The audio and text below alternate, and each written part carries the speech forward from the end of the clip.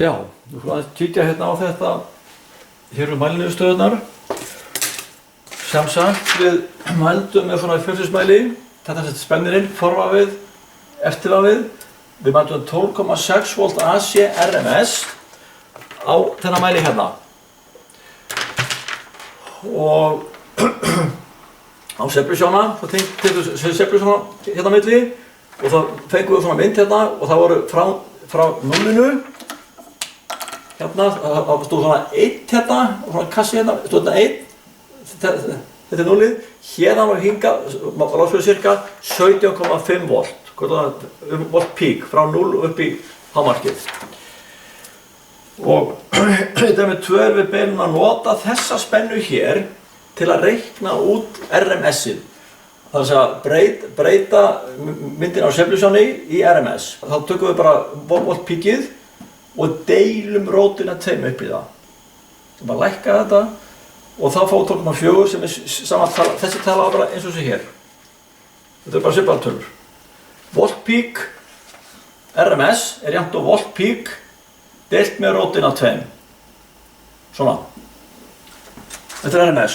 Já, í dæmi 5 þá notum við svo, þá fyrir við hina áttina, þá notum við spennuna hér á fjölsins-mælinum til að reikna út volt píkið og það er bara, volt pík er bara RMS sinnum rótina 2. Svona og svona. Það er að segja, spennan hérna, 12,6 sinnum rótina 2 er 17,8 volt pík. Það er að segja, fjölsins-mælir, einhver tala, sinnum rótina 2 er spennan frá 0 og hingað upp. Og hver er tíðnin?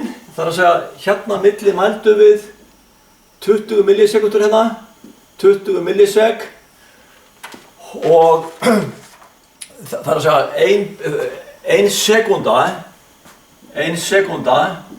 eru 1000 millisek. Ef ein bylgja er 20 millisekundur, hvað fáum þá margar bylgjur á sekundu? Þá deilum við bara 20 upp í þetta og við fáum út 50. Við fáum 50 heilbylgjur svona á sekundu. 50 stykki á sekundu. Og það er 50 Hz. Tíðnin er 50 Hz.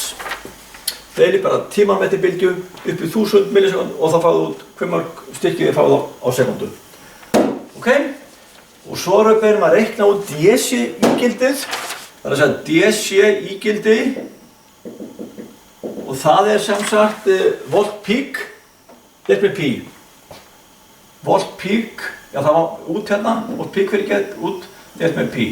Og það er þá bara 16,5 volt sem við lásum á sveiflusjóni, volt pík deilt með pi og þetta gefur ykkur að tölu 5,25 volt DC.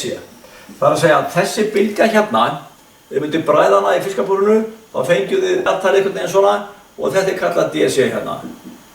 Og þetta er cirka, það er sagt að deili píinu upp í hæðina hér og þá fáið þið cirka út meðtalið. Þá er búið að reikna þetta út og mæla sem átt að gera hér.